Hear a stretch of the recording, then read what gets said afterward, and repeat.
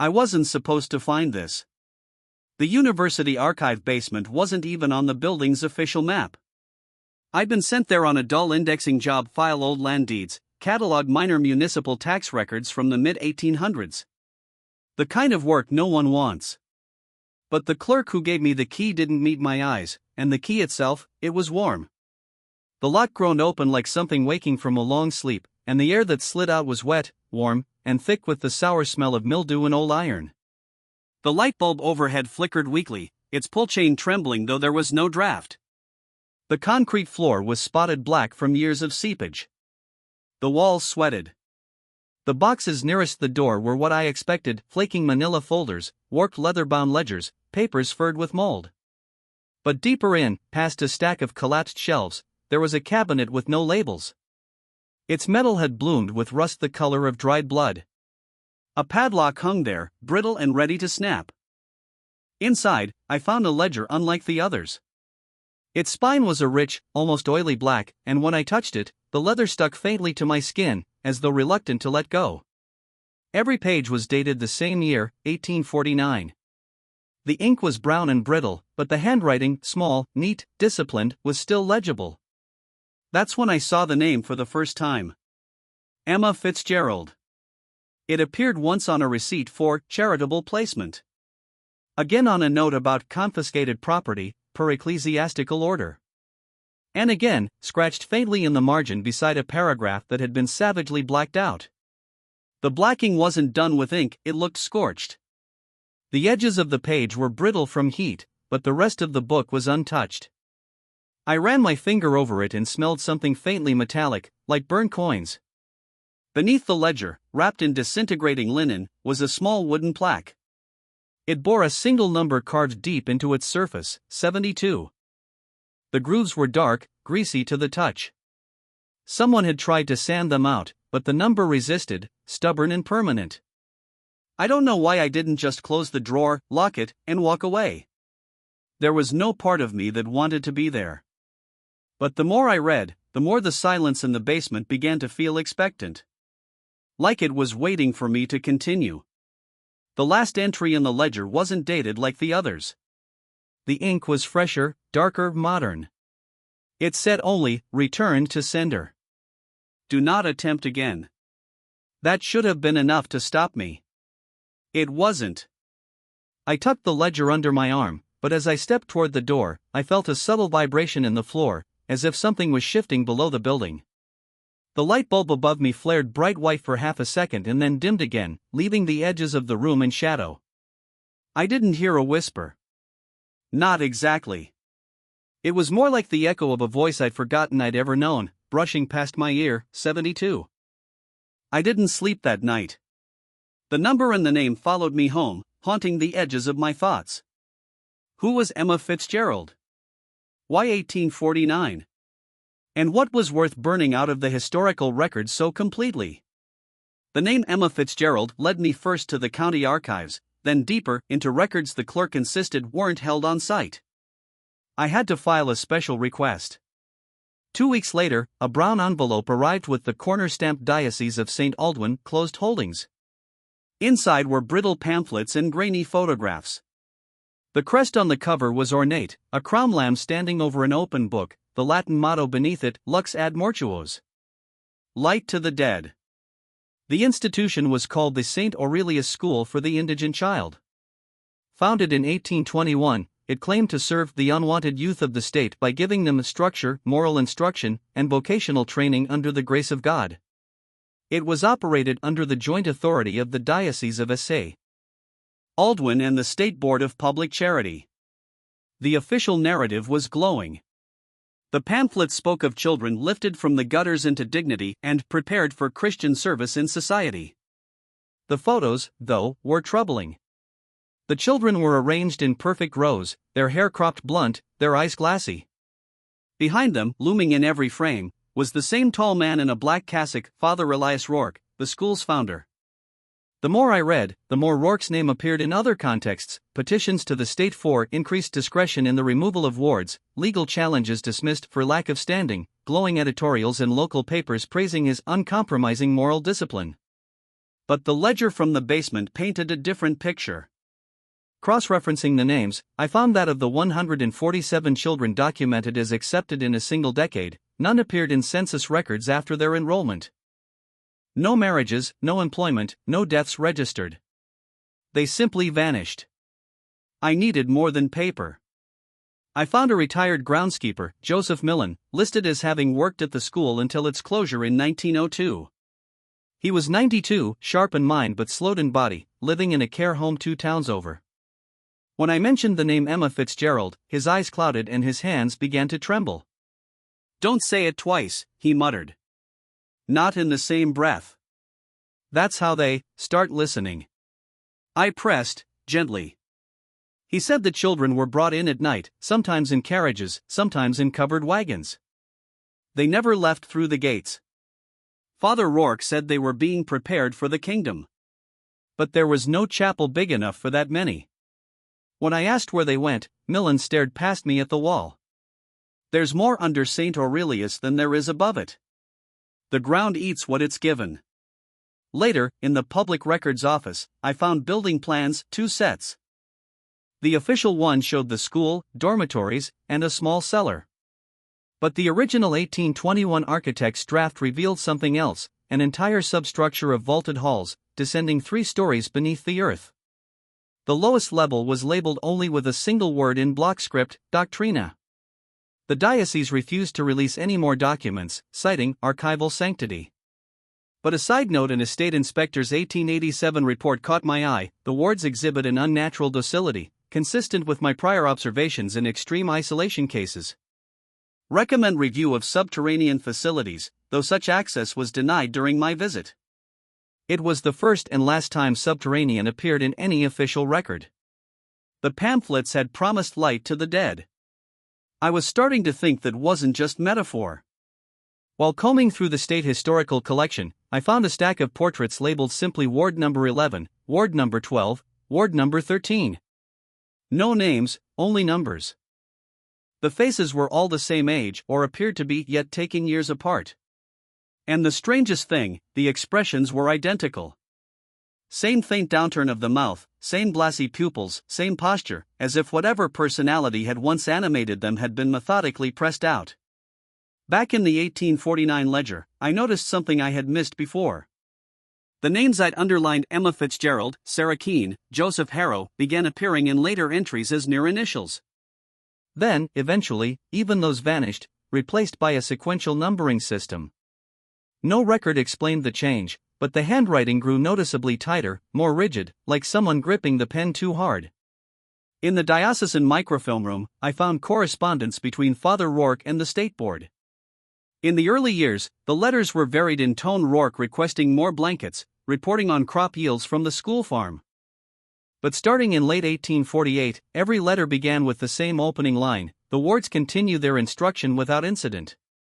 Not similar wording, the exact same sentence, repeated for decades, signed in the same careful script, as though stamped from a template. Then I found them, 3 surviving journals kept by a teacher named Margaret Fallon. The first pages were warm, almost tender, filled with anecdotes about the children's small triumphs. But midway through the second volume, the tone shifted.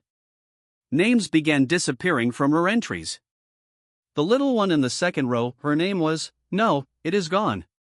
She looks at me as though she knows I've lost it. By the final journal, Fallon was referring to her students only by seat positions. "The girl by the window hums the same 4 notes every day. I cannot recall if she has ever done otherwise. Fallon never left the school. Her obituary lists no surviving family and no cause of death."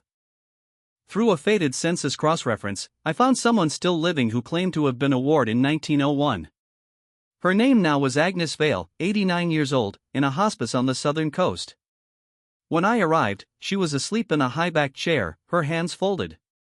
The nurse warned me she was confused most days, but when I said Emma Fitzgerald, her eyes snapped open. You can't carry both," she whispered. Her voice was sandpaper. "The name they give you pushes the other one out. That's the bargain. If you fight it, you go hollow." "What do you mean, hollow?" I asked. But she was already reciting something under her breath, 4 notes, just as Fallon described, over and over until she drifted back to sleep. On my way out, I noticed a small stone in her windowsill. It was carved with the letters AV, but the surface was scored with deep scratches, almost obliterating them. I'm beginning to think St. Aurelius didn't just hide its children. It unmade them. It scraped away names, memories, identities until nothing remained but the shell. And if the name Emma Fitzgerald still survives, that means she resisted longer than most. That means there's something of her left to find. I'd known from the architect's draft that there were levels below St. Aurelius, but standing in the ruins of the school itself, I saw no sign of them. The main building had been gutted decades ago, the roof sagged, windows were boarded, plaster hung in pale ribbons. But the smell was still there, not the mold and wet wood of an abandoned building, but something heavier, metallic, almost sweet. The access point wasn't where the blueprints said it would be. The original plans placed the main stairwell at the eastern wing, but that section was a collapse of brick and char. Instead, I found it in the west corridor, behind a wall where the paint bubbled as if from heat. The plaster crumbled at my touch, revealing a narrow iron door, painted to match the wall. The hinges shrieked when I pulled it open. The stairwell beyond was steep and tight, cut from stone, spiraling down with no railing. My flashlight beam seemed to bend, swallowed by the dark. Each step carried me into thicker air, until the scent of iron was joined by something else, the faint sweetness of laudanum. The first level down was a corridor lined with doors, each set into arched brick frames. The numbering was wrong, room 5 sat between rooms 12 and 3, as if the order itself had been shuffled.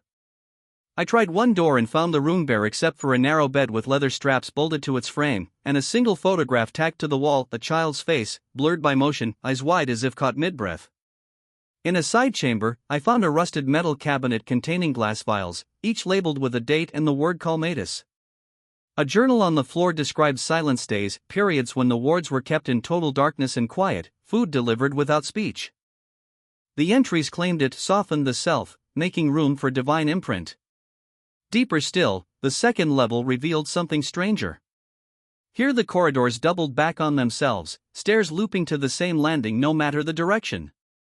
My footsteps began to echo at the wrong delay, sometimes repeating twice, sometimes not at all. In one locked room, the wallpaper pulsed faintly as though breathing. The third level was colder. My breath fogged the beam of my light. The floor here was not stone but packed earth, damp enough to leave prints. Along the walls, niches had been carved, not graves, exactly, but shallow alcoves. In each, a single candle burned steadily, though my lighter had failed minutes earlier. The wicks never shortened. At the far end, I came to a set of double doors bound with iron chains. They were warm to the touch. The surface bore a relief carving, a lamb standing over an open book, identical to the crest on the pamphlet. But here, the lamb's eyes were hollow pits, and from one of them, a thin thread of red was seeping, not paint, not rust. I stepped back. For a moment, in the reflection of that slow, glistening drop, I saw movement behind me in the dark, a figure just at the edge of the light, head cocked, hands clasped in front as though waiting to be called forward. When I swung the beam toward it, there was nothing but the stairwell back up. But the air felt thinner now, and I couldn't shake the sensation that something had followed me up those spiraling steps, matching each of my breaths with its own. It wasn't until I started mapping the dates that I realized St. Aurelius was only one mouth in a much larger body. The ledger from 1849 had a back section I'd overlooked before, its pages glued together by time. I steamed them open one by one, the paper curling like skin under heat. Inside were transfer logs, not of students arriving, but of students sent elsewhere. Each entry bore a number, not a name, followed by a destination written in a looping, near-identical script: St. Penance House, Vermont, Our Lady of Perpetual Light, Oregon Territory, the Sanatorium of Fifth Grace, Ontario, Sisters of the Morning Veil, Louisiana. There were dozens more, spanning decades and states, even territories that no longer existed under those names. On a hunch, I requested archival access to state charity records in neighboring states. The pattern was immediate. Each institution bore a similar motto: Lux ad mortuos, lux per obscurum, light for the departed. Each had identical crests, a lamb standing over an open book. And in each, there were entire decades of missing exit records for their wards. The real breakthrough came in a tin lockbox buried under the rubble in St. Aurelius's West Wing. Inside were two items, a thin registry bound in oilcloth, and a folded cloth square embroidered with a symbol, not the lamb this time, but a veil stitched in silver thread, draped over a human face. The registry listed members in good standing under the heading order of the Fifth Veil. Names and titles spanned both clergy and secular officials, mayors, judges, sheriffs, charity board members. One line made my stomach drop: Fitzgerald, Patrick Overseer, Fifth Veil, Eastern Division. Patrick Fitzgerald. Emma's father. Cross-referencing census records confirmed it. Patrick was a merchant in 1840, widowed early. No public record tied him to the diocese, but here he was, written plainly in the registry. A date beside his name, 1849, matched the year Emma disappeared. And then, something closer to home. Near the back of the registry, I found a list of heritage patrons, descendants entrusted with the charge. My blood ran cold at the eighth name, H. Sloan, Eastern City District. My grandmother's maiden name was Sloan. I wanted to tell myself it was coincidence, but the deeper I went, the less space coincidence seemed to have. Newspaper archives from the 1930s showed my grandmother's uncle as chairman of a committee for orphan resettlement, an organization whose logo, though crudely printed, still bore the lamb over the book. What unsettled me most wasn't just that the system endured, but that it had adapted. A 1974 brochure from the Vail Foundation promised therapeutic boarding experiences for troubled teens. The lamb was gone, but the Silver Veil logo remained, barely altered. Their website still exists today, the About page a hollow string of platitudes. We believe in removing distraction, stripping away the unnecessary self, and revealing the pure core beneath. I closed the registry and realized there was no clean line between past and present. The walls under St. Aurelius were only one set in a labyrinth. And if my own family was marked in that book, then I wasn't just investigating them. I was already inside the system. The last piece came to me in a manila envelope slipped under my apartment door. No return address. Inside was a single USB drive. The video on it was old and grainy, washed in the yellow tint of a decades-worn VHS transfer. The setting was unmistakable, one of the underground rooms beneath St. Aurelius, the cleaner, lit by oil lamps. A young boy sat in a wooden chair, his wrists loosely bound in his lap. A man's voice, calm, patient, asked questions from off-screen. "What is your name?" The boy hesitated. I can't remember." "What is the name we gave you?" The boy's posture slackened. 72. "Good. Soon, you won't feel the absence." The boy looked directly into the camera. His eyes were wide, not with fear, but with something worse, resignation. "Will it matter if I get out?" The man's voice did not answer. The clip ended. That question stayed with me for days. I had everything now: the registry, the transfer records, the blueprints, names connecting the Order of the Fifth Veil to sitting officials, even my own bloodline. Enough to level reputations, destroy legacies. But in the weeks since my visits to St. Aurelius, I'd begun receiving calls from numbers I didn't recognize. Silent calls. The kind where you know someone is still on the other end. I went back to the hospice to see Agnes Vale. She was awake this time, her gaze locked on the window. I told her I could publish everything. That I could make them pay. She turned her head slowly, the skin on her neck taut and pale. "You burn their names, they will only start again. You burn their walls, they will build them deeper. You want to help? Remember us. That's all." "Remember you, and do nothing?" I asked. Her eyes softened. "Do something that survives them?" That night I spread everything out on my kitchen table: the ledger, the registry, the photos, the map of connected institutions. Evidence strong enough to fracture the Fifth Veil's network if the right hand saw it. But those right hands would belong to people in the system, just further up. Every survivor I'd met would be collateral, exposed, hunted, silenced again. I thought about Emma Fitzgerald. About the stubborn persistence of her name in the records, like a splinter that wouldn't work itself free. And about the boy in the video, asking if it would matter if he got out. There was no victory here. Only the choice of which wound to leave open. Near dawn, I gathered the papers into a neat stack. My hands trembled as I lit the first match. The dry ledger pages caught quickly, curling inward as the ink bled into flame. The registry went next, its oilcloth binding twisting and melting. But I didn't burn everything. One photograph remained on the table, Emma's, smudged but still clear enough to see her eyes. I placed it in a small wooden box along with the stone from Agnes's windowsill, the initials nearly obliterated but still faint beneath the scratches.